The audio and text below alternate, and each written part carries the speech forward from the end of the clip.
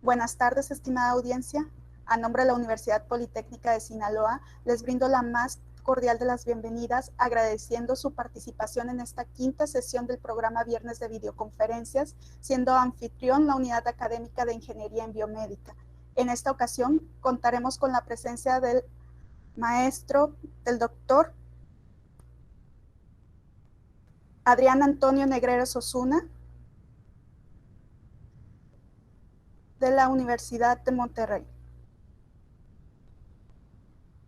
que nos compartirá el tema impresión 3D en medicina. Hoy nos acompaña el doctor Juan Rodolfo Maestre Rendón, director de la Unidad Académica de Ingeniería en Biomédica, quien preside este evento. Agradecemos las gestiones del doctor Arturo Jaramillo para que este evento fuera posible. En este momento me permito leer la reseña curricular de nuestro destacado ponente.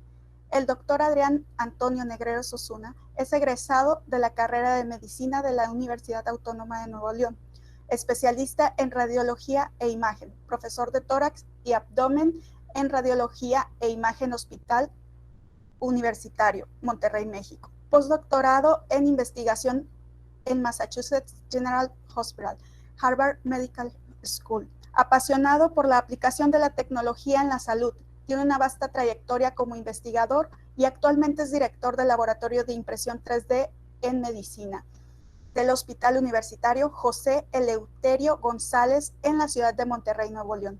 Cedo el uso de la voz al doctor Adrián Antonio Negreros Osuna. Gracias por su colaboración. Hola, buenas tardes a todos. No sé si se escucha mi micrófono. Sí, claro, gracias. se escucha. Ok, pues muchas gracias. La verdad es que es un honor para mí esta invitación de parte de la Universidad Politécnica de Sinaloa. Quiero agradecer especialmente pues, al director, el maestro en ciencias, Juan Rodolfo Maestre Rendón, la invitación. Muchas gracias. También a la maestra en ciencia Edith Nordal Mandujano, encargada de educación continua, así como también al doctor Arturo Fernández Jaramillo y al ingeniero Carlos Peraza Manjarres por esta invitación. Muchas gracias. Veo que estamos muchas personas, entonces esperemos que la presentación que vamos a dar sea de su agrado. Entonces voy a disponerme a compartir mi pantalla.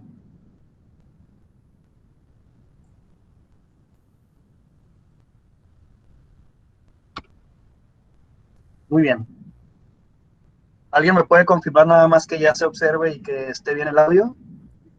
Sí, doctor. Sí, se observa bien. Ok, pues muchas gracias. Pues como ya amablemente hizo la introducción Edith, yo soy el doctor Adrián Negreros. Yo trabajo en el Hospital Universitario en Monterrey, Nuevo León. Esta es una vista aérea del área médica que está aquí en Monterrey. Este que está aquí en el centro es el Hospital Universitario. El de aquí a un lado es la Facultad de Medicina, de donde yo también soy egresado. Y este de atrás, en color blanco, es un nuevo hospital que tenemos de alta especialidad. El departamento de radiología se encuentra aquí en esta sección y ahí mismo está el laboratorio de impresión 3D. Es un área muy grande donde pues prácticamente se encuentran todas las áreas en relación a la salud. Está por ahí la facultad de enfermería, odontología, psicología, nutrición. Y acá hay un centro que se conoce como CIDIX, que es el Centro de Investigación en Ciencias de la Salud. Entonces solamente quería que vieran un poquito pues de mi casa y que pues están invitados y bienvenidos cuando quieran visitarnos. Pues vamos a hablar ya un poquito, ya entrando en el tema, pues la impresión 3D, pues ustedes llevando la carrera de Ingeniería Biomédica, pues creo que ustedes conocen mucho mejor esta definición, pero pues básicamente pues es el grupo de tecnologías que nos permite, mediante la edición de material, poder formar un objeto tridimensional, ¿verdad? Y pero si yo lo pudiera resumir de una mejor manera, o de una manera, tal vez no mejor, pero más personal, me gustaría que pensaran en esta imagen. Para mí, la impresión 3D es depende qué puedas hacer tú con ella de los conocimientos que tengas, ¿sí? Así como un artista, por ejemplo, el de la imagen puede hacer una Torre Eiffel simplemente con esta pluma, que es una modificación pues de una impresora de posición material fundido, pues cada quien con sus propias virtudes o en lo que él ha estudiado puede utilizar esta tecnología para servirle. Entonces es una tecnología que, pues como ustedes saben, no es nueva, pero que recientemente el acceso a las impresoras de escritorio pues nos ha permitido pues que haya una explosión de innovación. El término de impresión 3D empezó a utilizarse a partir, o empezó a haber un pico en las publicaciones en medicina a partir del 2014, como pueden ver aquí en esta gráfica.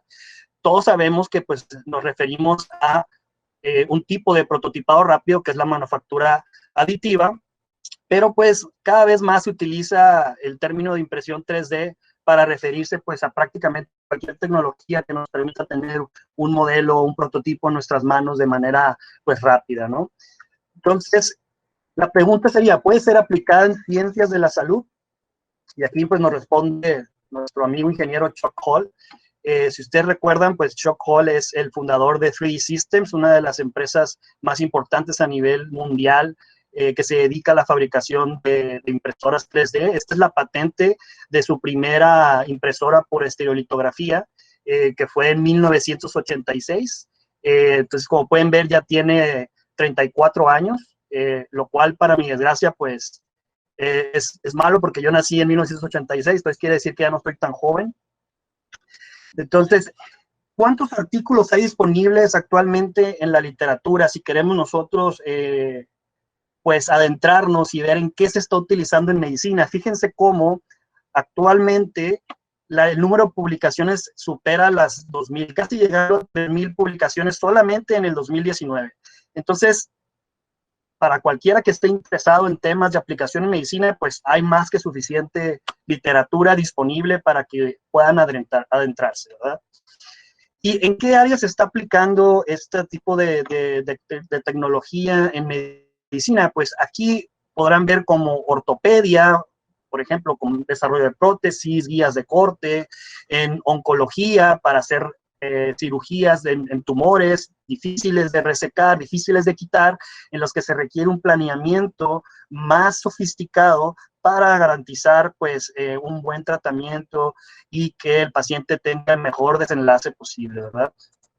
Entonces, ¿qué países están trabajando ahorita en impresión 3D? Como pueden ver, pues Estados Unidos y China son realmente los que lideran este campo de aplicación de la impresión 3D en medicina, y pues es trabajo de todos nosotros y pues aprovecho que estoy aquí ante jóvenes que están interesados, que pues es nuestro deber pues darle un poquito de colorcito aquí a México para que empiece a sobresalir también en esta área, ¿no? Ahora, como ustedes escucharon, pues yo soy radiólogo y me gustaría pues explicarles un poquito, a mi parecer, qué es a lo que se dedica un radiólogo. Si un radiólogo tiene que estudiar primero medicina 7 años y después tiene que hacer una especialidad, que es la especialidad de radiología, que son otros 4 años, y después algunos optan por hacer alguna subespecialidad específicamente en algún área. Y los radiólogos nos dedicamos pues básicamente a hacer el diagnóstico de las enfermedades a través de distintas modalidades de imagen, algunas como ustedes ya conocerán como la radiografía simple, una como la tomografía, la resonancia magnética, la tomografía por emisión de positrones. Entonces, el radiólogo es alguien que es experto en hacer diagnóstico de las enfermedades a través de los estudios de imagen. Pero si lo pudiera explicar de otra manera, me gustaría ponerles un ejemplo. Alguien, por ejemplo, de aquí pudiera saber qué edificio es este simplemente viendo los planos. Tal vez para alguien que no está acostumbrado, que no sea arquitecto, pues no significan nada estos planos, ¿verdad? También los arquitectos pues tienen dibujos en otros planos para poder ver, por ejemplo, aquí en este plano donde se ve pues toda la altura, tal vez alguno ya esté identificando este edificio. Y pues para mí el radiólogo se dedica pues a esto, ¿no? A ver los planos del cuerpo en eje axial, y nosotros tenemos la capacidad de poder visualizar tridimensionalmente en nuestra cabeza lo que estamos observando en estos planos, ¿no? Pero a veces el comunicarlo con los demás o con nuestros colegas o con el paciente es un poco difícil si ellos no están acostumbrados a ver estos planos. Entonces, para eso, pues también existen los arquitectos, hacen uso de este tipo de maquetas para poder explicar mejor el edificio. Aquí ya casi todos, yo creo, saben qué edificio es. Y nosotros como radiólogos también tenemos reconstrucciones tridimensionales donde podemos explicar, por ejemplo, a los cirujanos o a los pacientes mejor las enfermedades y que de esa manera puedan tomar mejores decisiones. Pero nada de esto se compara con ir y pararse enfrente del edificio, del Empire State, ¿verdad? Entonces, para mí, la impresión 3D en medicina permite precisamente esto, llevarte ahí al Empire State, ponerte el modelo en la mano del tamaño real del paciente y que el cirujano o el mismo paciente pueda entender mejor su enfermedad. Entonces, ¿por qué debe de haber o por qué debe existir este trabajo en conjunto con radiología? Pues aquí pongo solamente algunos puntos, pero hay que recordar que la mayor parte de estos modelos anatómicos vienen de estudios de imagen. Y el único experto en estudios de imagen en medicina es el radiólogo, ¿sí? Él conoce la anatomía y la patología, los márgenes tumorales que son importantes, hasta dónde llega el tumor, si está involucrando o no estructuras importantes como nervios, arterias, tiene conocimiento de especialidad y subespecialidad, puede hablar con cualquiera de los subespecialistas en su jerga, ¿sí? Entonces, eso es importante porque la comunicación es sumamente importante para poder tener un buen resultado en nuestros pacientes. Y pues tenemos la capacidad de utilizar y fusionar diferentes métodos de imagen. Fusionar, por ejemplo, el ultrasonido con la tomografía, o la tomografía con la resonancia, o la tomografía con una gammagrafía para poder ver la actividad tumoral.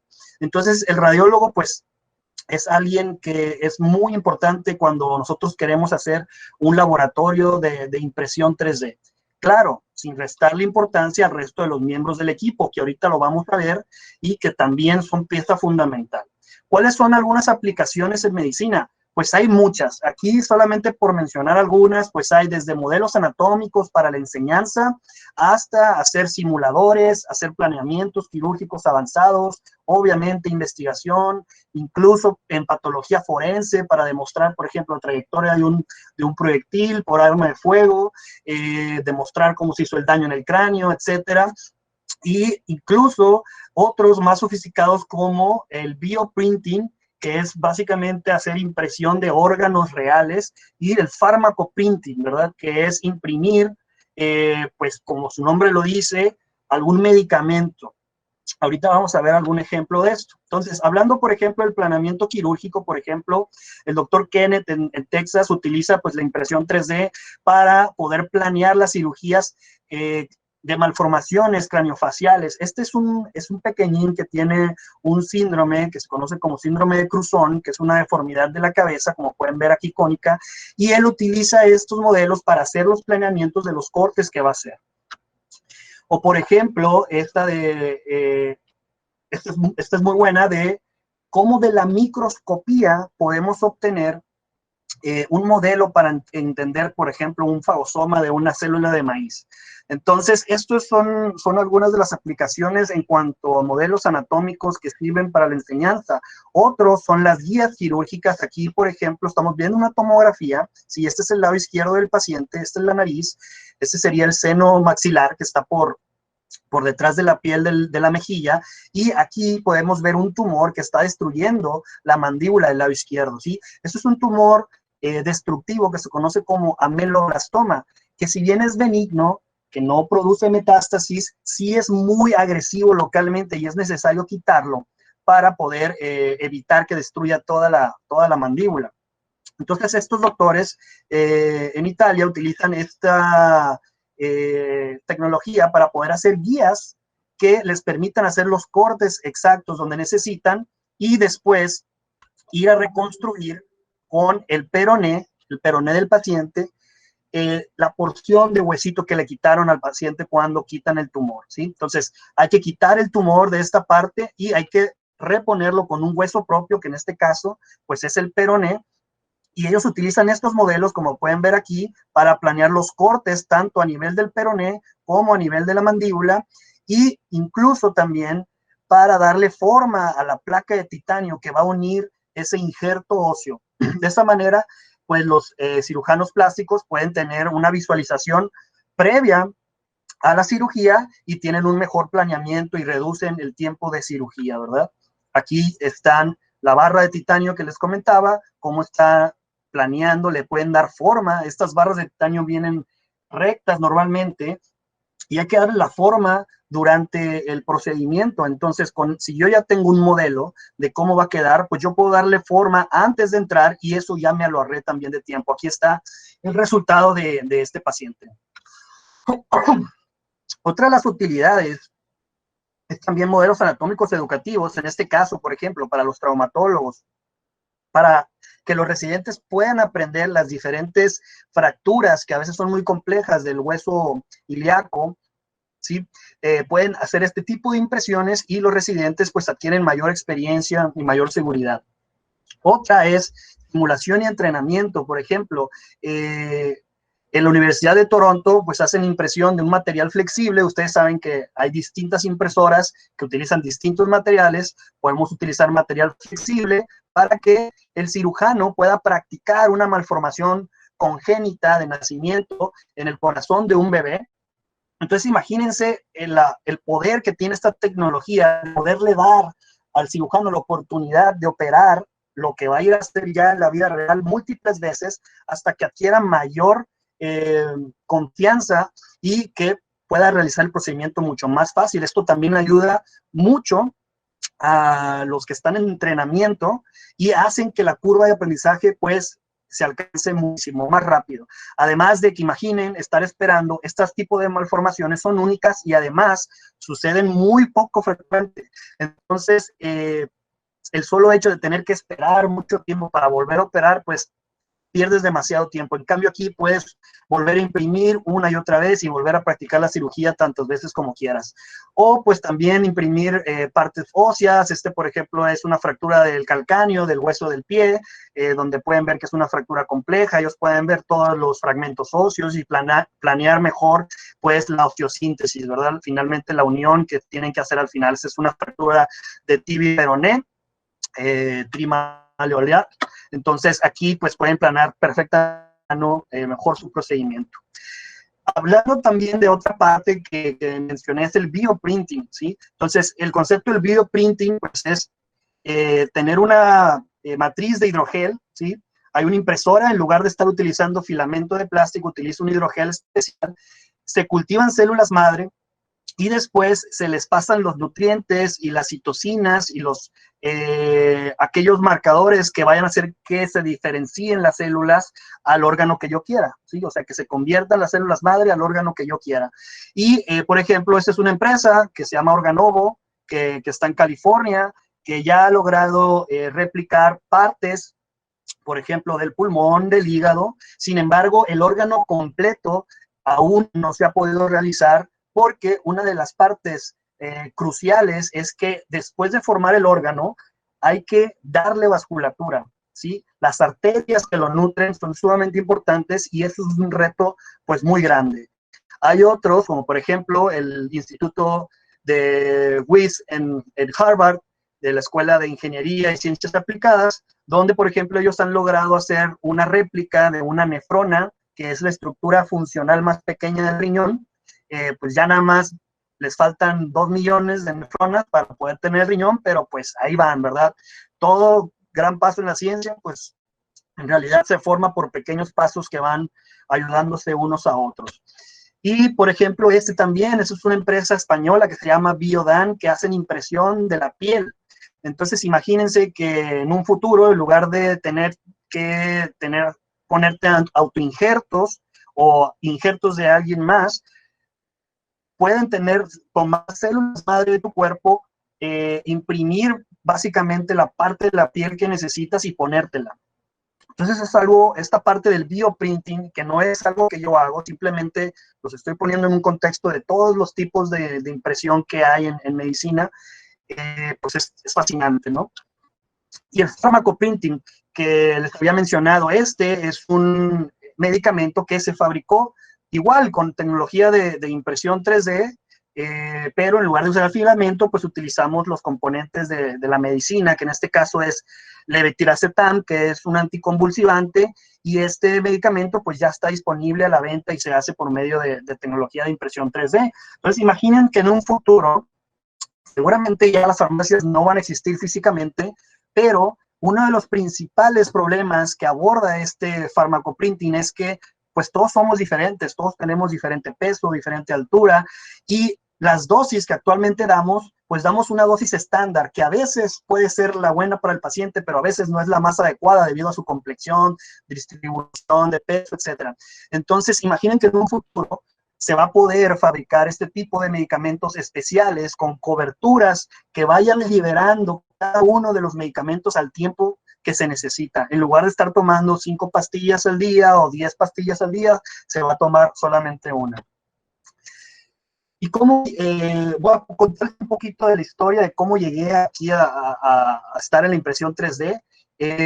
Pues fíjense que hay un congreso que es de la Sociedad Norteamericana de Radiología, que se hace cada año en Chicago. Este año lamentablemente se canceló por el coronavirus, pero se hace cada año y ahí van todos los actores principales de la radiología, todos los radiólogos más importantes, todas las casas más importantes como Philips, General Electric, Siemens, todo lo que se imaginen, es como si fuera Disneylandia para los radiólogos, ¿sí? Entonces vean cómo hay una cantidad impresionante de gente ahí. Cuando fui en el 2016, conocí a la doctora Jane Matsumoto y al doctor Jonathan Morris. Ellos fueron los primeros en implementar un laboratorio de impresión 3D para el planeamiento quirúrgico en Estados Unidos, y esto lo hicieron en la Mayo Clinic, ¿sí? Es un hospital muy importante, de hecho actualmente está catalogado como el hospital mejor a nivel nacional en Estados Unidos, está en Minnesota. Hace demasiado frío por allá, pero bueno, ahí me topé con ellos y empecé a ver todos estos modelos que estaban haciendo para hacer el planeamiento, y justo ahí se me prendió el foco y dije, claro, o sea, esto lo tenemos que hacer nosotros también en México, lo podemos hacer nosotros, tenemos la capacidad de los equipos, tenemos el recurso humano, pues vamos a aventarnos este proceso a ver si lo podemos replicar, ¿no? Entonces, aquí es importante que si nosotros quisiéramos formar un laboratorio, pues, como ya lo dijimos, los miembros principales, pues, deben de tener al menos asesoramiento de algún radiólogo que sea parte del equipo. Yo les aconsejo que sea parte del equipo. Obviamente los ingenieros, ¿sí? Ingenieros biomédicos, que ellos van a ser, pues, los expertos en el diseño, en el software de diseño, para que puedan diseñar implantes, que sean expertos en la calibración de los instrumentos, del software, mantenimiento, control de calidad, todas esas cosas que ustedes ya saben y que son excelentes para ello. Y obviamente también un administrador de costos, ¿verdad? Porque alguien te tiene que jalar las orejas cuando pues, te estás gastando dinero de más o no está produciéndose adecuadamente el trabajo. Entonces, ¿cómo funciona este proceso de impresión 3D? Pues básicamente a partir de los estudios de imagen, nosotros hacemos un proceso que se llama segmentación, que ahorita más adelante lo vamos a definir, y finalmente pues lo podemos imprimir en cualquiera impresora que nosotros querramos, ¿verdad? Este es el equipo, déjenme les presento a mi equipo. Él es el doctor Antonio Sánchez Uresti, ¿sí? Él es el coordinador del Departamento de Ingeniería Biomédica en el Hospital Universitario. Él es el ingeniero Rafael López Barrón. Él es el ingeniero que se encarga de hacer el diseño de las guías de corte en los planeamientos que vamos a ver más adelante. Es un excelente ingeniero, muy ingenioso, y él es el que ayuda principalmente para hacer toda la parte del diseño de las guías de corte. Él es el doctor Eduardo Hernández Rangel, ¿sí? Él nos apoya con la parte también de realidad virtual y actualmente también trabajando con inteligencia artificial. Y el doctor Guillermo Elizondo Riojas, que es el que está aquí, él es el jefe del departamento de radiología, y pues también aprovecho para agradecerle pues todo el apoyo que nos ha dado para formar este laboratorio. Él siempre ha sido un entusiasta y siempre nos da muchísimas buenas ideas que podemos aplicar pues en nuestra práctica clínica diaria. Entonces, ustedes, pues ya no les tengo que describir los tipos de impresora. Ustedes saben que pues de los más comunes están los de deposición de material fundido, que funciona a base de un filamento, y pues la estereolitografía, que funciona a base de resinas, ¿no? Hay otras tecnologías un poquito más caras o un poquito más caras, como esta del PolyJet, que pues esta impresora vale cerca de 3,5 millones de pesos, pero puede hacer uso de diferentes materiales que tienen distintas texturas y que además tienen también distintos colores. Y esto nos va a permitir algo muy importante. Por ejemplo, imagínense que el cirujano va a ir a quitar un tumor al hígado. Entonces, el cirujano se va a encontrar con un hígado homogéneo, normalmente tiene un color café oscuro, pero él no puede ver a través del hígado. Pero ¿qué tal si nosotros hiciéramos un modelo donde se vieran todos los vasos sanguíneos, donde se vea el tumor? Entonces, él puede planear mucho mejor la cirugía de esa manera, ¿no? Y pues esta tecnología funciona muy similar a la estereolitografía, pone capas de material de la resina y después hay unas luces que hacen el proceso de curación hasta formar el modelo tridimensional, ¿no? Hemos tenido ya la oportunidad, el laboratorio de nosotros empezó en el 2017, claro que fue el proceso todo el 2016, estuvimos pues probando software, comprando las impresoras, teniendo un lugar dentro del departamento físico para poder ponerlas, y finalmente pues llegamos a también hacer planeamientos. Ya tuvimos la oportunidad de representar a nuestro hospital pues en la exhibición de 3D Printing de la Sociedad Norteamericana de Radiología, de la cual ahora ya yo soy miembro desde el 2017. Y pues ahí estamos siempre pues en contacto, todos los que estamos en esta parte de impresión 3D a nivel mundial, y pues aprendes muchísimo de ellos, hay gente excelente, extraordinaria, de la cual pues hay que aprender muchísimo, ¿no? Y pues, ¿se acuerdan de ellos? Aquí estoy en una foto ya con Jay Matsumoto y Jonathan Morris, ya esto estamos hablando de 4 años después de la primera vez que les enseñé la foto esa cuando los conocí, pues ya he tenido la oportunidad de participar con ellos, dando también algunas pláticas por allá. ¿Cuáles son los estudios de imagen de los cuales se pueden ver estos modelos? Realmente se puede obtener de tomografía, de resonancia y ultrasonido, ¿sí? Pero por mucho el que más se utiliza es la tomografía. Y la tomografía, ¿por qué? Porque es rápida, es accesible, tiene una muy buena resolución. La única desventaja es que el paciente pues se somete a radiación, pero esta radiación realmente es insignificante y los beneficios exceden por mucho los riesgos de esta radiación. De hecho, pues en este momento todos estamos exponiéndonos a radiación cósmica, a radiación que viene del gas radón del piso. Entonces, realmente muchas veces una tomografía equivale a hacer un viaje transatlántico en avión. Entonces, para los que no sabían que se exponen a radiación ahí en el avión.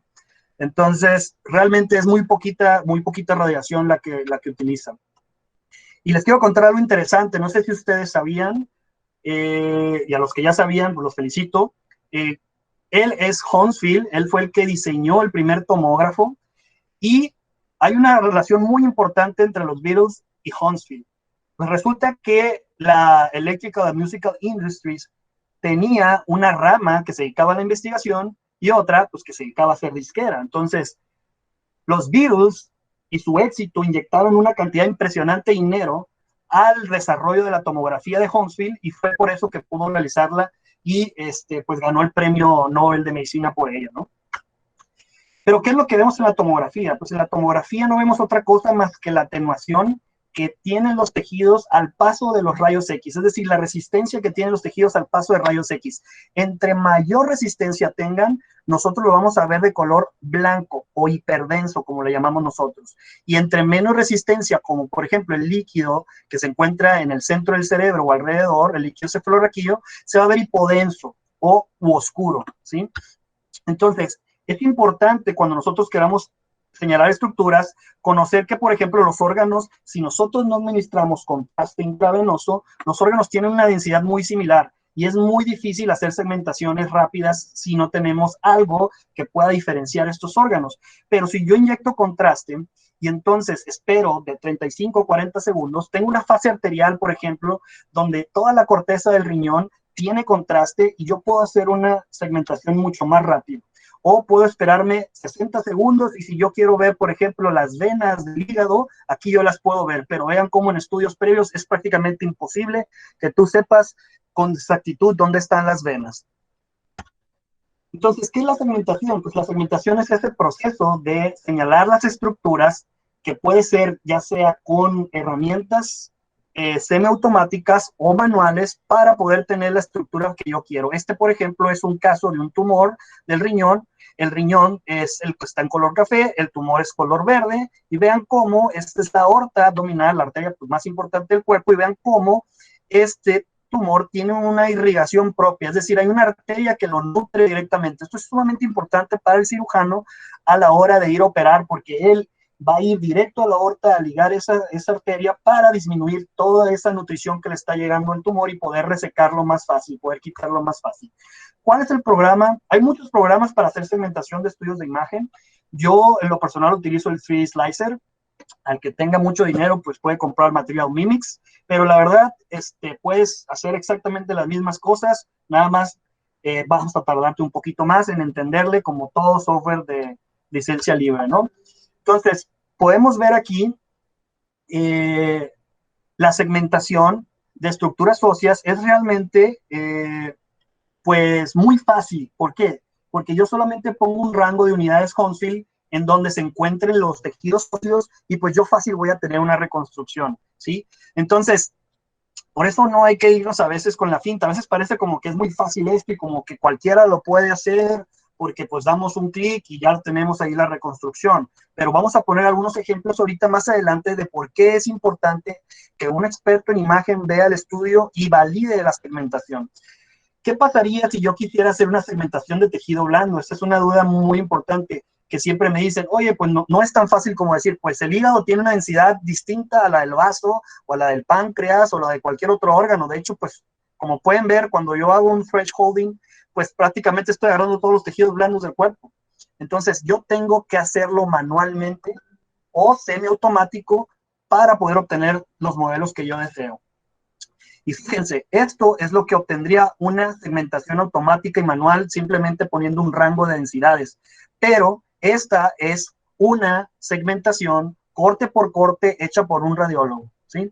Y donde puedes diferenciar qué corresponde con el tornillo, con la placa, con el hueso. Obviamente hay lugares del hueso que son menos densos, pero no por eso significa que tiene un agujero ahí. Entonces, todas esas cosas tienen que corregirse manualmente y verificarse corte por corte para que el modelo que se imprime sea fidedigno y sea confiable. Y ustedes pues, lo saben, ¿para qué sirve el STL? Pues para generar esta malla de triángulos que finalmente va a ser la que la impresora va a ir a replicar en nuestro modelo. Hay otra cosa bien importante. Ustedes saben que en cada paso puede haber pérdida de información. Y entonces aquí aparentemente tenemos 3 estudios que son iguales, pero si nos damos cuenta, el grosor de corte con el que se adquirió es distinto. Y eso, al momento de nosotros renderizarlo o hacer una reconstrucción, va a tener efectos dramáticos en la calidad. Entonces, en general, un estudio de tomografía debe tener cortes de 1 milímetro, de 1.3 milímetros máximo para que pueda ser fidedigno. Y cuando se hacen estructuras, por ejemplo, más finas, como los huesecillos del oído, necesitamos cortes de 0.625 milímetros. Entonces, la adquisición y el protocolo de imagen es sumamente importante para obtener un buen modelo. Entonces, hablando de esto de la precisión, pues cuando empezábamos el laboratorio, pues nos dimos a la tarea de determinar pues qué tan preciso era realmente, ¿no? Entonces, pues es difícil escanear a un paciente y después pues, sacarle el órgano para ver si el que yo imprimí es igual al que tiene, ¿verdad? Pero pues haciendo uso de huesos que tenemos, por ejemplo, en el anfiteatro, hicimos una tomografía de esta vértebra, después hicimos una segmentación y después la imprimimos, ¿no? Y pues realmente nos dimos cuenta que prácticamente es exactamente el mismo tamaño. Pero bueno, dijimos, ¿qué tal si ahora vamos a revisar o hacer un test de qué tan preciso es el diseño? Pues hicimos cubos, por ejemplo, de 1 centímetro, 1 por 1, 2 por 2, y después le hacemos una tomografía y después pues nos damos cuenta que básicamente estamos en un rango de 400 micrómetros de error, lo cual para una cirugía es sumamente bien, no altera absolutamente nada lo que va a ver el cirujano, entonces perfectamente se puede utilizar para la cirugía. Tal vez para procesos de ingeniería donde se manejan presiones, etcétera. Obviamente esto sería catastrófico, pero en la parte de medicina, gracias a Dios, no es tan importante ser tan preciso. Esto es más que suficiente. Entonces también existen plantillas de calibración de las cuales tenemos que utilizar para asegurarnos de que nuestra impresora pues está haciendo un trabajo correcto y tener pues una bitácora, un mantenimiento para que se garantice pues la producción y la reproducibilidad de las piezas que estoy haciendo. Otra cosa importante es que este software, el 3D Slicer, también puede prácticamente convertir cualquier modelo de segmentación en tridimensional. Aquí estoy manipulando yo una pelvis humana, se observa, por ejemplo, ahí la vejiga, el útero, se ven los músculos, todos esos los segmentamos de manera manual, ¿sí? Como les explicaba anteriormente, es bien difícil que tú poniendo un rango vaya a salir algo, no va a salir nada. Tienes que saber anatomía, tienes que saber de la imagen para poder segmentar manualmente y poder tener este tipo de modelos. Muy bien, entonces, a continuación, les pido por favor que guardemos un poquito de respeto. Yo sé que lo tienen, simplemente guardar discreción con las imágenes porque algunas de las imágenes que les voy a mostrar pues son muy gráficas, son explícitas, son de la cirugía. Entonces, pues les pido nada más el respeto que nos merecen nuestros pacientes y si hay alguien que sienta que pueda sentirse mal por ver este tipo de imágenes, pues mejor ahorita solamente escuche la presentación y no la observe, ¿verdad? Porque van a ver imágenes un poquito fuertes. Muy bien, entonces, una vez que ya teníamos todo visto desde el punto de vista de la precisión, de la reproducibilidad, dijimos, bueno, vamos ahora sí a aplicarlo en un planeamiento. Este es un caso de una niña de 10 años que tiene una lesión metastásica a la columna. ¿Qué quiere decir? Que un cáncer que tiene en otro lado fue y se sembró en la columna. Y lo que están observando aquí en color más blanco o hiperdenso es la metástasis que tiene a la vértebra, ¿sí? Entonces, lo que nosotros hicimos fue segmentar la columna normal de un color, en el color amarillo, y en verde lo que corresponde con el tumor. Esta parte del proceso de impresión, ustedes ya lo saben que puede haber soportes, ya hay soportes hidrosolubles, pero para los que no lo tienen, pues sí es importante la colocación, el ángulo en que pones la pieza y sobre todo qué parte quieres que el cirujano vea bien y que no tenga ninguna irregularidad por los soportes. Entonces, una vez que ya teníamos eso, pues hicimos la impresión en color blanco de la vértebra normal, en color gris del tumor y en color rojo de la aorta. Quiero que vean el tamaño de esta vértebra, es muy pequeña, ¿sí? Es una niña de 10 años. Y aquí están el doctor Carlos Cuervo haciendo el planeamiento directo sobre el modelo, ya no viendo el estudio de imagen de ponlo en coronal, ponlo en sagital, en las distintas formas de visualización que tenemos, no, simplemente en su mano estaba haciendo el planeamiento en tiempo real. Y en este caso, cambió lo que ellos tenían pensado a partir de solamente el estudio de imagen. Entonces, esto es algo bien importante porque para mí como radiólogo, en lugar de estar escribiendo un reporte donde diga, bueno, pues el tumor se encuentra en el pedículo izquierdo, invade la porción posterior de la vértebra, pues simplemente hago una impresión, pongo un color el tumor, pongo el otro color lo que está en tejido sano y el cirujano lo puede hacer. Aquí ya está la pieza quirúrgica, decidieron en lugar de quitar la mitad de la vértebra, decidieron quitar la vértebra completa porque una parte del tumor se extendía más allá de la línea media, entonces iba a ser muy difícil que quedara la mitad de la vértebra en su lugar, ¿no? Después de eso dijimos, bueno, vamos a ver si lo podemos aplicar en una cirugía más compleja. Este es un paciente de 26 años que tiene una tumoración muy grande, aquí es un condrosarcoma, sí, es una tumoración de cartílago maligna, muy agresiva, y que nosotros hicimos la reconstrucción, hicimos la segmentación, hicimos, por ejemplo, aquí está la arteria carótida, la arteria facial, que es muy importante para que el cirujano vea la relación, pero quiero que observen algo bien importante. Miren cómo aquí la segmentación por el thresholding o el rango que yo hice, solamente me está tomando la parte calcificada del tumor, porque este tumor se calcifica, pero vean cómo el tumor en realidad es muchísimo más grande, casi el doble grande. Todo esto que está aquí es tejido tumoral, ¿sí? Entonces, es bien importante que un radiólogo valore el estudio de imagen. Vean aquí, esto es el agujero alveolar inferior, por donde va el nervio que le da la sensibilidad a la mandíbula. Vean cómo el del lado izquierdo es mucho más grande que el del lado derecho, ¿sí? Y si nosotros desdoblamos ese conducto, vemos cómo el del lado izquierdo, ¿sí? Recuerden que este es el lado izquierdo del paciente, este es el lado derecho, es como si lo estuviéramos viendo de abajo. Entonces, el lado izquierdo está mucho más grande que el lado izquierdo, el izquierdo que el lado derecho, perdón. Entonces, vean cómo aquí en el agujero submentoniano, que es por donde sale ese nervio, también se observa aumentado de tamaño el del lado izquierdo. Esto se llama diseminación perineural. Estos tumores tienen la capacidad de diseminarse por las vainas de los nervios. Y si esto no se observa y nosotros le decimos al cirujano que el tumor termina aquí, pues entonces cuando le hagan el corte aquí, en un mes o menos, va a tener otro brote del tumor, ¿sí? Una recidiva del tumor, ¿ok? Entonces, por eso es importante la valoración.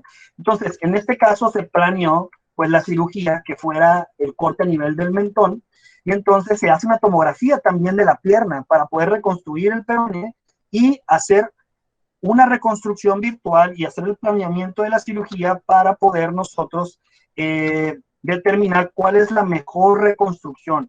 En este caso, en este paciente, fue el primero que hicimos, no con la intención de aplicarlo, sino más bien para validar el proceso, que podíamos hacerlo, ¿no?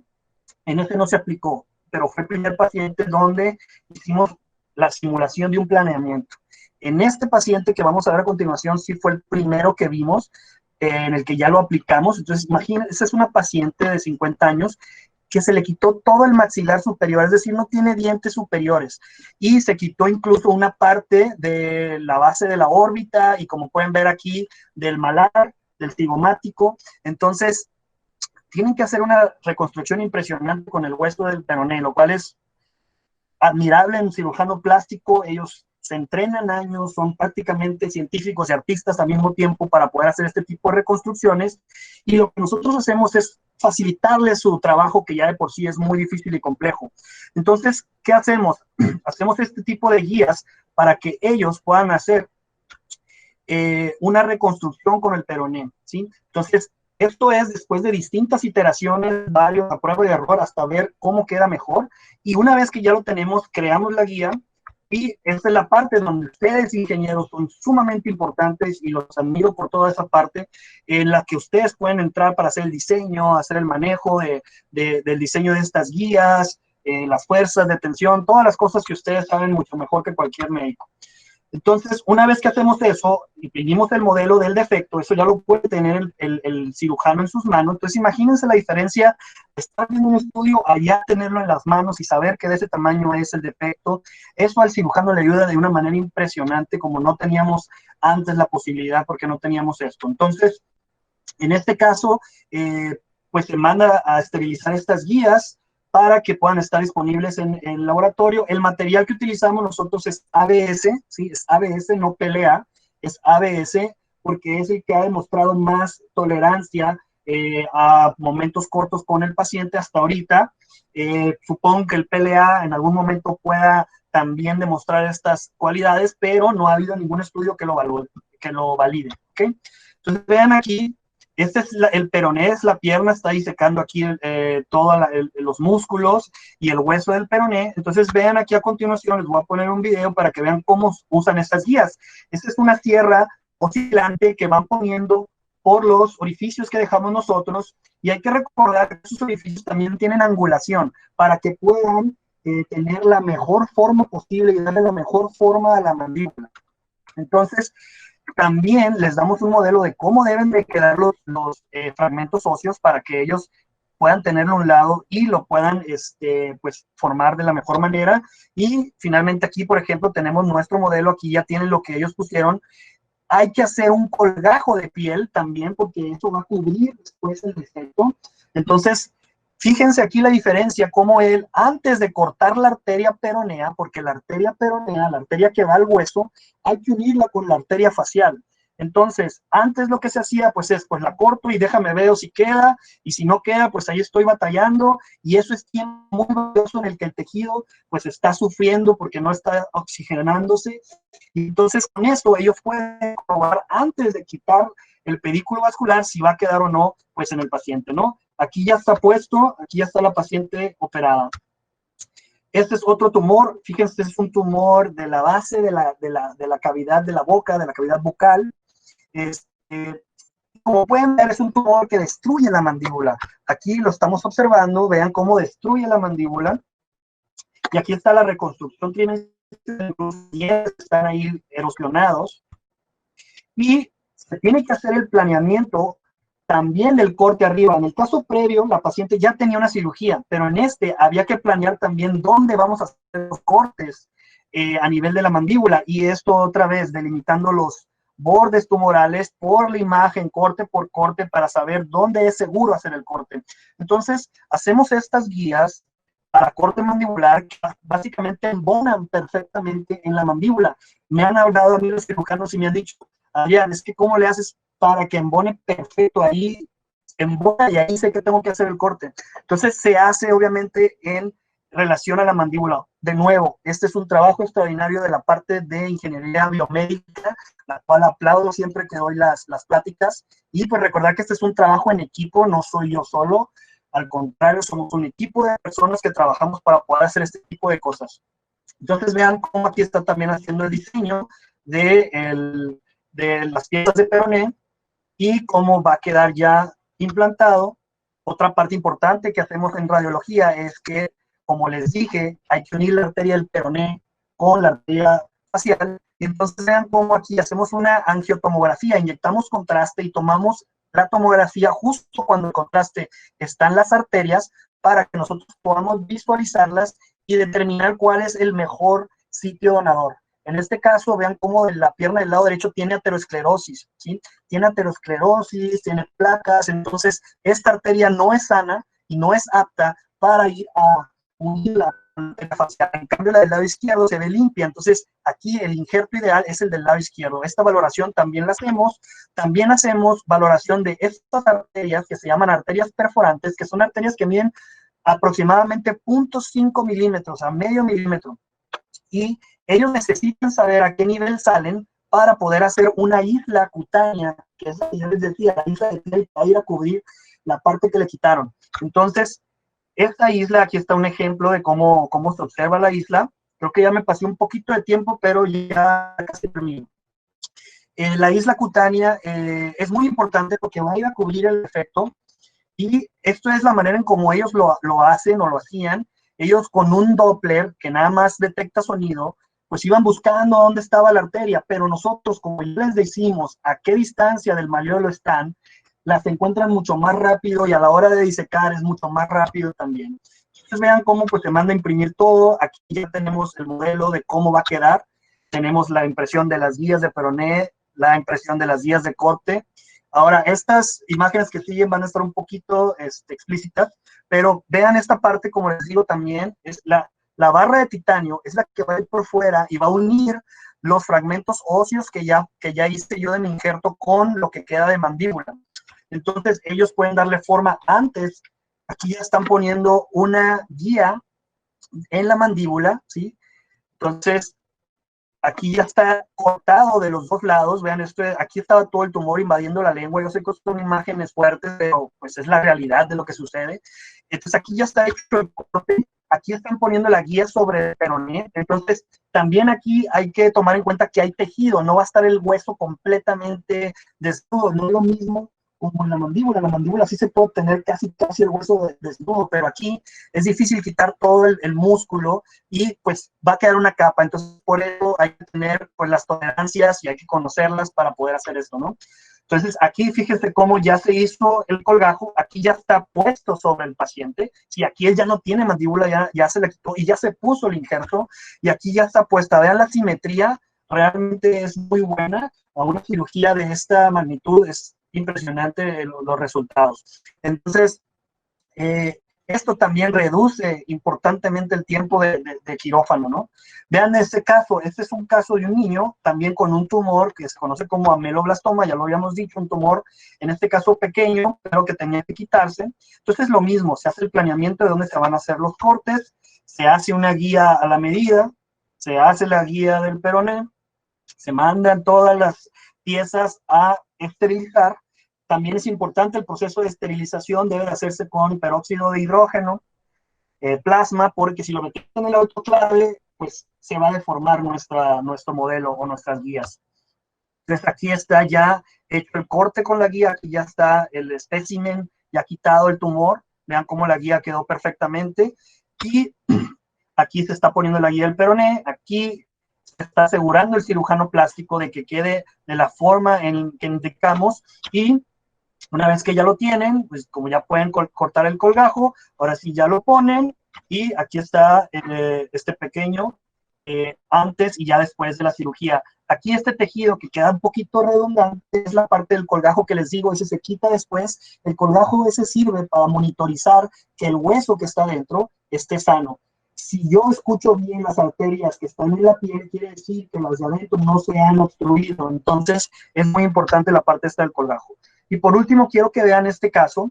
Este es un caso de una paciente con una malformación vascular, ¿sí? Vean cómo esta malformación está en el cachete del lado izquierdo, básicamente, y en la mandíbula, y cómo hay una porción que está dentro del hueso. También, como les decía, podemos hacer este tipo de reconstrucciones tridimensionales. Entonces, vean esta maraña de vasos, esta es la malformación, pero esa malformación, como les digo, involucra una parte de la rama de la mandíbula. Entonces, parte de una rama importante de la radiología también es la radiología intervencionista. Entonces, en la radiología intervencionista se hacen muchos procedimientos de mínima invasión. En este caso, se puede entrar con un catéter, con una punción, sin abrir, solamente una punción con una aguja, se mete una guía y después un catéter, y viajas a través de la arteria femoral hasta llegar a la arteria carótida, y después llegar, obviamente, a la arteria facial, que en este caso, aquí estamos observando. Vean cómo se inyecta contraste, y se puede ver toda la malformación. Y después el intervencionista pasa un catéter y una guía, y después introduce coils que van a ir a obstruir y quitarle la irrigación o quitarle toda la sangre la mayor posible, para que a la hora de que se opere no sangre tanto, porque este tipo de malformaciones, al ser compuestas de puras arterias, pues sangran demasiado, y entonces con esto se disminuye bastante. Vean aquí cómo antes de embolizarse era todo esto, y después ya quedan muy poquitas arterias que pues son más fáciles de quitar. Entonces, pues aquí sucede lo mismo, ¿no? Hacemos la reconstrucción de la mandíbula, de la malformación, después se imprimen los modelos de la mandíbula. Aquí está el cirujano otra vez, un muy buen amigo mío, de Montemayor, haciendo el planeamiento. Aquí también están el doctor Mauricio Garza, el doctor Marco, haciendo el planeamiento sobre el modelo. Y pues esto es algo que a mí me fascina ver cómo para ellos pues es muy grato tener el modelo en las manos y mucho más fácil de hacer el planeamiento, ¿no? Entonces, en este caso también se hicieron las guías, se hizo guías de peroné, se mandaron a esterilizar. Aquí ya está puesto, vean cómo coincide que se quitó con el modelo que nosotros habíamos hecho. Aquí ya está puesto otra vez, y finalmente aquí tenemos el antes y el después. Y pues, ¿cuáles son las desventajas de la impresión 3D? Pues las desventajas es que el planeamiento requiere pues un tiempo prolongado, en promedio 7 días. Se aumentan obviamente los costos de la cirugía. Es necesario tener una capacitación extra en el uso de tecnología, manufactura aditiva y software. Requiere un equipo multidisciplinario bien organizado, que eso es lo más importante. De hecho, yo les digo muchas veces, ¿sabes qué? Lo más difícil es organizarnos, ponernos de acuerdo tantas personas para hacer algo, es lo más difícil. El tiempo de impresión, pues como ustedes saben, las tecnologías tardan dependiendo de cuánto o qué tan grande sea el modelo, pero no son a veces tan rápidas como quisiéramos, de que de un día para otro tuviéramos todo, pero se compensa porque este tipo de cirugías requieren planeamiento por días, entonces entra perfectamente dentro de ese tiempo. ¿Cuáles son las ventajas? Pues reduce el tiempo quirúrgico entre un 40 y 60%. De 18 a 20 horas que duraban antes haciendo la cirugía, ahora se tardan 10 a 12 horas. Reduce el tiempo de anestesia por lo mismo y todas sus complicaciones. Reduce el tiempo de isquemia, es decir, que el tiempo en el que el colgajo no tiene sangre o no le llega, porque, como podemos ver, ellos pueden revisar antes de hacer el corte de la arteria. Mejora los resultados estéticos, porque pues, podemos nosotros hacer todas las iteraciones que queramos hasta que tengamos el mejor escenario. Y aumenta la confianza del cirujano y ayuda a la mejor comprensión también de la enfermedad del paciente, que eso es sumamente importante para que el paciente entienda la magnitud de todo lo que se tiene que realizar para poder hacer una operación exitosa, y que vea él la patología también en las manos. Eso le ayuda mucho a entender y también darle seguimiento a todas las instrucciones que se puedan dar después de la cirugía, ¿no? Y pues no olvidemos por qué hacemos esto, al menos en nuestro laboratorio lo hacemos porque pues queremos ver esto, ¿no? La sonrisa de nuestros pacientes. Ella es la última paciente que les mostré, se llama Telma, y pues muy contenta, aquí ya la vimos un año después de la cirugía, y pues nosotros pues muy felices de poder ayudarla pues en su vida, ¿no? Entonces, pues, eso es todo por mi parte. Muchísimas gracias. Espero que les haya gustado. Espero que no los haya aburrido. Y pues aquí está mi correo de contacto si alguien quiere hablar conmigo. Y también los invito a que nos sigan en Instagram. Tenemos un Instagram del laboratorio y tenemos también una página ya de internet que es Lab 3D Quit. Quit significa Centro Universitario de Imagen Diagnóstica, que es donde trabajo yo, y pues los invito a que pues formen parte pues, de esto, y que si quieren colaborar, pues encantados, como siempre. Muchas gracias. Muchas gracias, doctor Adrián. Jóvenes, si hay alguien que quiera tomar la palabra, puede hacerlo o puede escribirnos las preguntas vía chat y se las hacemos llegar al doctor.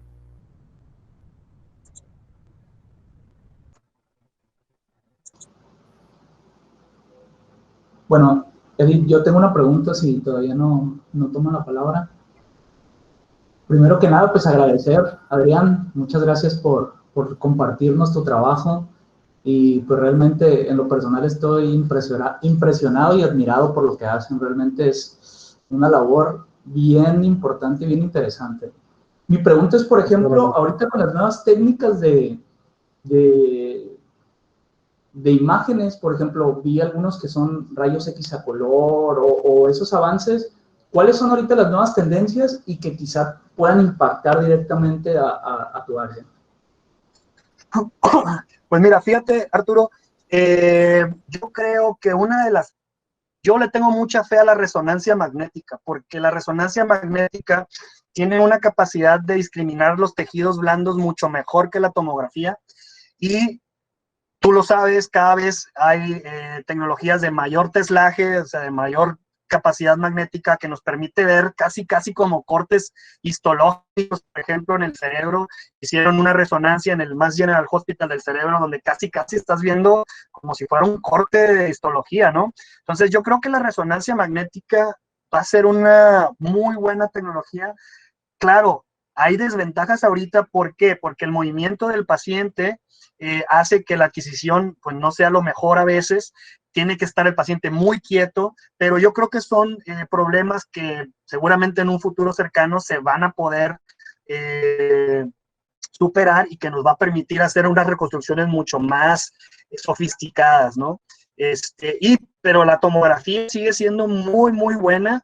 La combinación de, por ejemplo, en la tomografía por emisión de positrones, podemos combinar la parte funcional del tumor, porque inyectamos un radiofármaco unido a la glucosa, y esos tumores pues captan mucho este radiofármaco que tiene o que emite rayos gamma, bueno, en realidad positrones, y que después se convierten en rayos gamma, y puedes tener una vista de la funcionalidad con la tomografía, e incluso ya hay resonancias PET.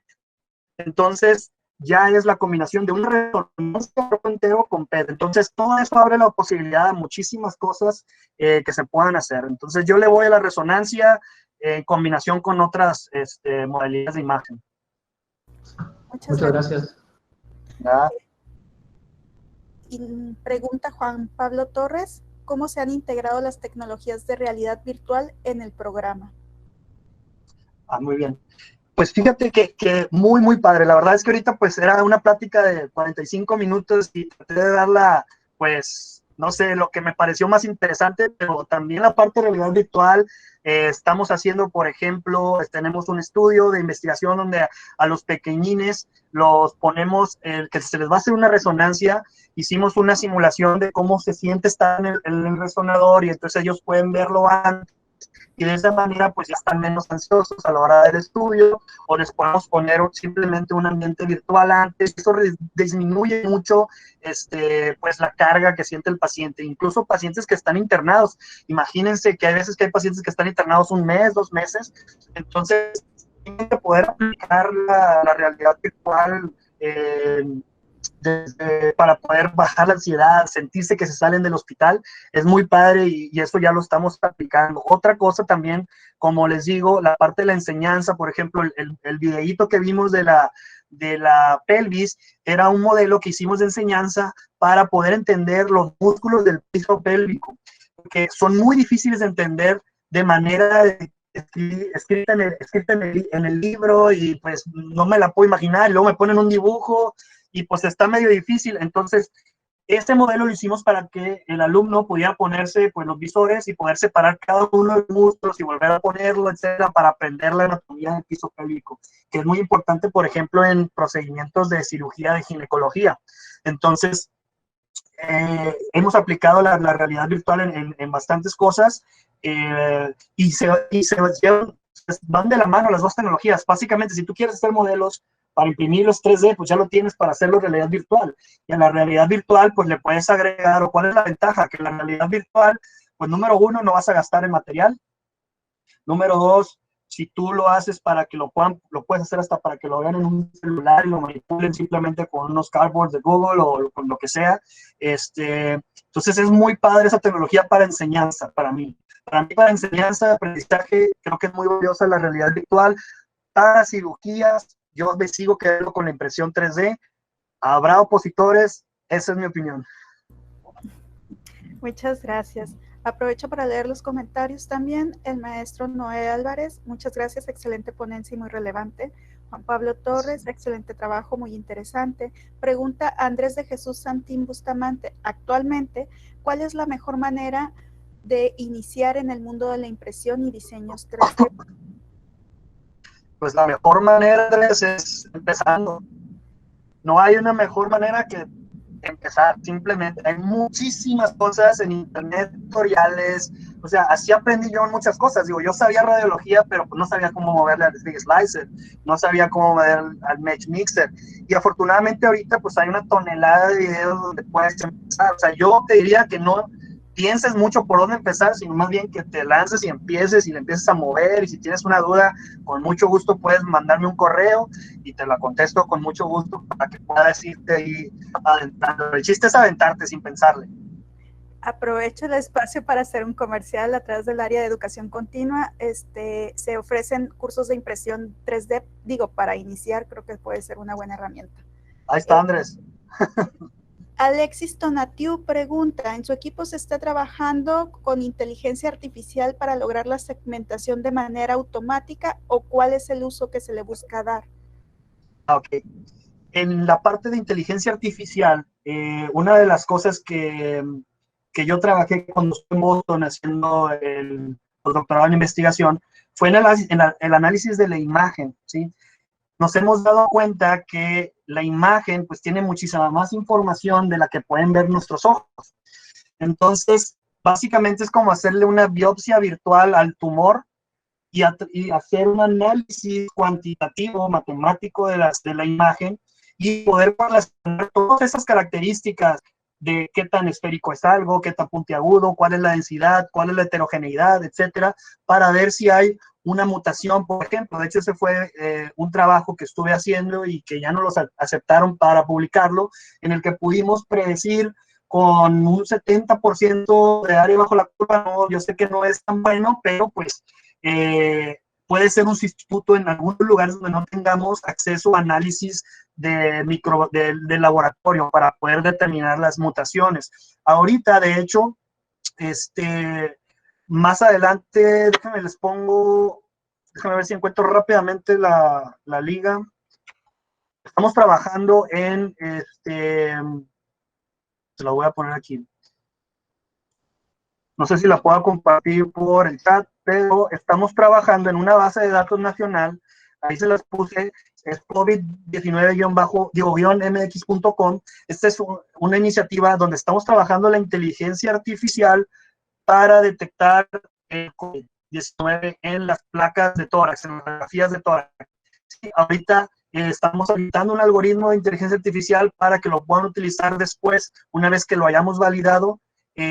Lo puede utilizar cualquiera que tenga una radiografía, la suba y le dé una probabilidad de que tenga o no el paciente COVID.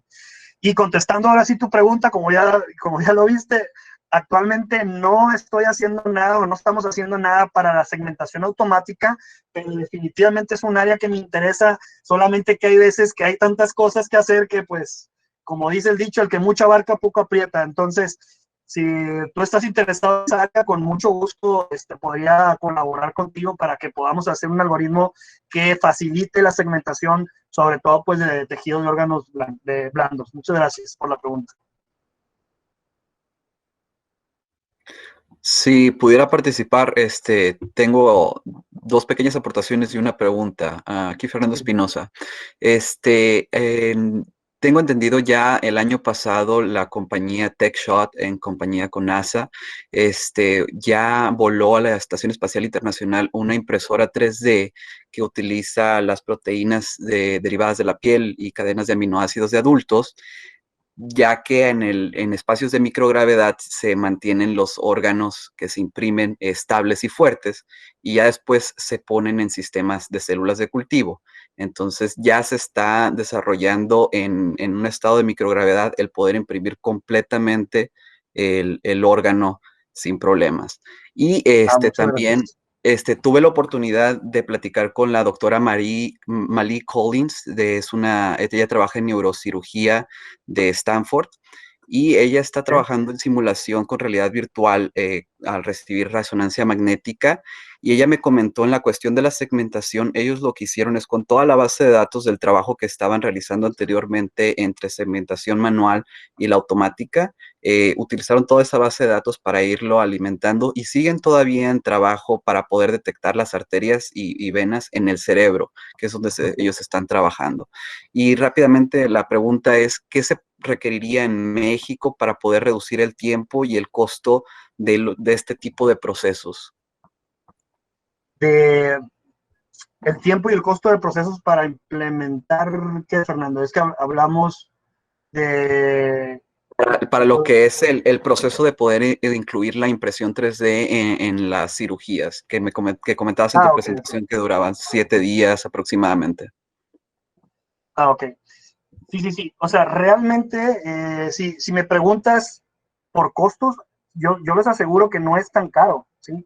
De hecho, más o menos una inversión inicial sería alrededor de 250,000 pesos, obviamente ya tomando en cuenta un lugar donde lo vayas a tener, ¿verdad?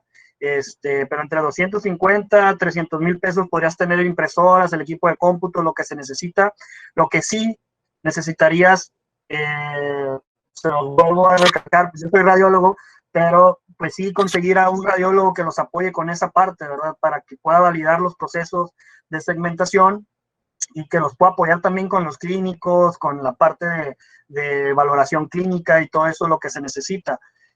Y en cuanto ya al planeamiento de cuánto se tarda, pues puede variar. Si la cirugía es relativamente sencilla, pues se puede hacer hasta en 3 días, pero sí, pues un promedio entre 5 o 7 días lo que tardamos en hacer todo el planeamiento, porque hacemos reuniones multidisciplinarias, nos reunimos el equipo de cirugía de reconstrucción, de otorrino, de radiología, anestesiología también. Entonces, sí requiere que pongas de acuerdo a todos ellos para que salga lo mejor posible. Ok, muchas gracias. Muchas gracias.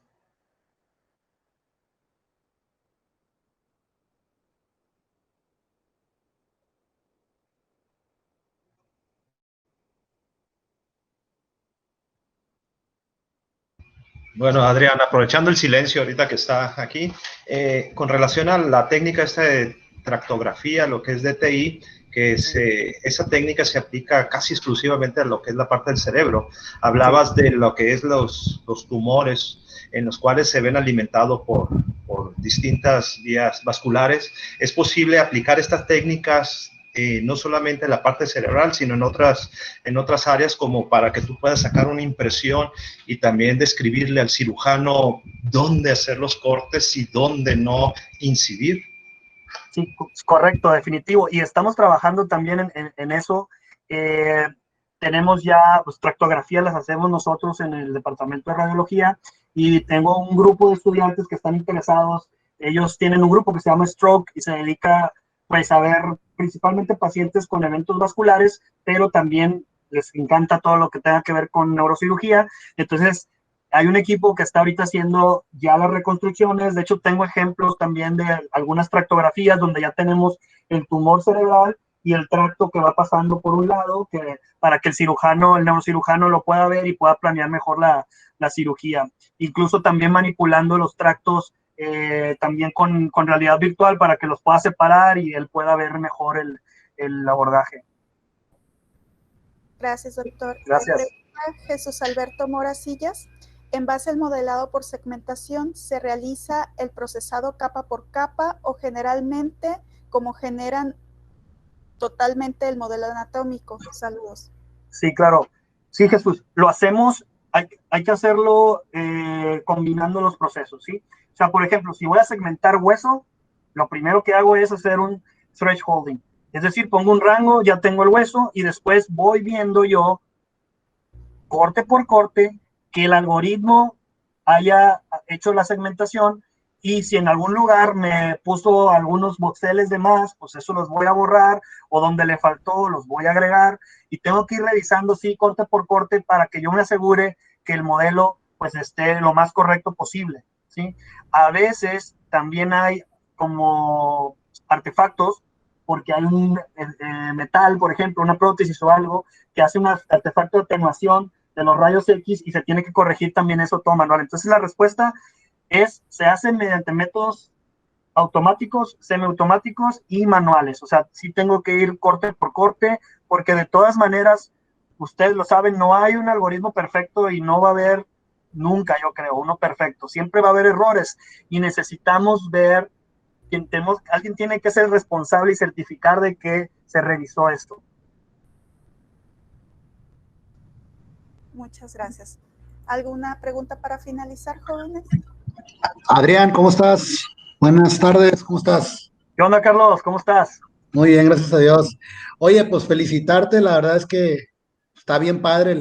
Yo alguna vez, pues ya lo había comentado con los alumnos, que yo tengo entendido que en México eres pionero en esto y comentarle a los alumnos, Adrián es de Mazatlán, ¿verdad? Así que ya casi no viene, esperamos que venga para que nos visite en la universidad, ¿verdad? Ahí tenemos pendiente ahí una reunión, pero bueno, fíjate que algo que se me olvidó preguntarte es si hay algún avance en cuanto a, en lugar del modelado, ya buscar una impresión directa en biomateriales totalmente aceptables por el cuerpo humano, digamos, para evitar la extracción del peroné y hacer directamente la impresión de las piezas para poderlas implantar.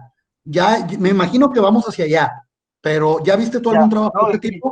Definitivamente, Carlos, ya hay, o sea, ya existe, pero sí te voy a decir algo, por ejemplo, en la reconstrucción maxilofacial, sigue siendo mejor ponerte el peroné que cualquier otro material, porque al momento de tú utilizar otro material, pues va a tener grados de biocompatibilidad y siempre va a estar la probabilidad de que lo rechace tu cuerpo, ¿sí?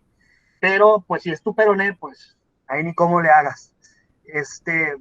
Puede fallar por las uniones vasculares u otra cosa, pero no porque sea un tejido ajeno a ti y que tu sistema inmune lo aísle y haga que no se integre.